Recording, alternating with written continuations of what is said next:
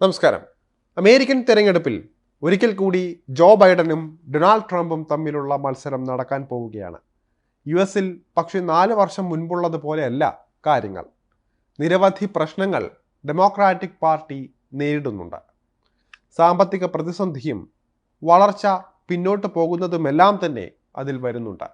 ഇതെല്ലാം തന്നെ അവിടുത്തെ ജനങ്ങൾ വലിയ രീതിയിലാണ് ചർച്ചയാക്കുന്നത്.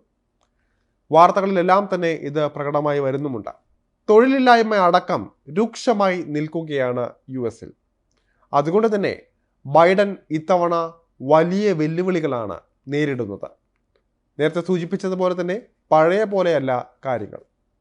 എന്നാൽ തെരഞ്ഞെടുപ്പിൽ ബൈഡൻ പരാജയപ്പെടുമോ? ഈ ആശങ്ക ചെറിയ തോതിൽ ഡെമോക്രാറ്റിക് പാർട്ടിയിൽ ഉണ്ട്. റിപ്പബ്ലിക്കൻ പാർട്ടിയാകട്ടെ ഡൊണാൾഡ് ട്രംപ് തിരിച്ചു വരുമെന്ന പ്രതീക്ഷയിലാണ്. അതേസമയം ഇപ്പോൾ US-ൽ തെരഞ്ഞെടുപ്പിൽ ആരാകും വിജയിക്കുകയെന്ന് പ്രവചിച്ചിരിക്കുകയാണ് അലൻ ലിച്ച്മാൻ. US-ലെ നോസ്ട്രഡാമസ് എന്നറിയപ്പെടുന്ന തെരഞ്ഞെടുപ്പ് പ്രവചിക്കുന്ന വ്യക്തിയാണ് അലൻ ലിച്ച്മാൻ.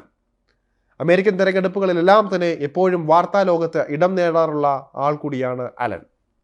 US തെരഞ്ഞെടുപ്പ് എപ്പോഴും കൃത്യമായി പ്രവചിക്കുന്നതിൽ അദ്ദേഹം മിടുക്ക് കാട്ടിയിട്ടുണ്ട്. കഴിഞ്ഞ 10 തെരഞ്ഞെടുപ്പിൽ 9 കൃത്യമായി പ്രവചിച്ച ചരിത്രം പോലുമുണ്ട് ലിച്ച്മാന്. അലൻ പ്രവചനത്തിനായി ഉപയോഗിക്കുന്ന രീതികൾ തന്നെയാണ് എപ്പോഴും ശ്രദ്ധിക്കപ്പെടാറുള്ളത്. പലപ്പോഴും ഇത് പ്രശംസയ്ക്കും അതുപോലെ തന്നെ വിമർശനത്തിനും കാരണമാകാറുമുണ്ട്. ഏതാണ്ട് 13 സൂചികകളുടെ അടിസ്ഥാനത്തിലാണ് അദ്ദേഹം തെരഞ്ഞെടുപ്പ് പ്രവചനം നടത്തുന്നത്. പ്രവചനങ്ങളെ വിപ്ലവകരമായ മാറ്റങ്ങൾക്ക് വിധേയമാക്കി എന്ന ക്രെഡിറ്റും അദ്ദേഹത്തിന് ഉണ്ട്. US തെരഞ്ഞെടുപ്പിൽ ജോ ബൈഡനെതിരെ ഡൊണാൾഡ് ട്രംപ് മത്സരിക്കുന്നുണ്ടെങ്കിലും അത് പ്രശ്നങ്ങൾ ഉണ്ടാക്കില്ല എന്നാണ് US നോസ്ട്രഡാമസ് പറയുന്നത്. ബൈഡൻ തന്നെ US-ൽ അധികാരത്തിൽ വരുമെന്ന് അദ്ദേഹം പ്രവചിക്കുന്നുണ്ട്. നിലവിൽ അനുകൂല സാഹചര്യം ബൈഡൻ ഉണ്ട്. ഒരുപാട് മാറ്റങ്ങൾ വന്നാൽ മാത്രമേ ട്രംപിന് ഈ തെരഞ്ഞെടുപ്പിൽ വിജയിക്കാനാകൂ എന്നും അദ്ദേഹം പറയുന്നുണ്ട്. 1984 മുതലുള്ള തെരഞ്ഞെടുപ്പുകൾ കൃത്യമായി അദ്ദേഹം പ്രവചിക്കാറുണ്ട്.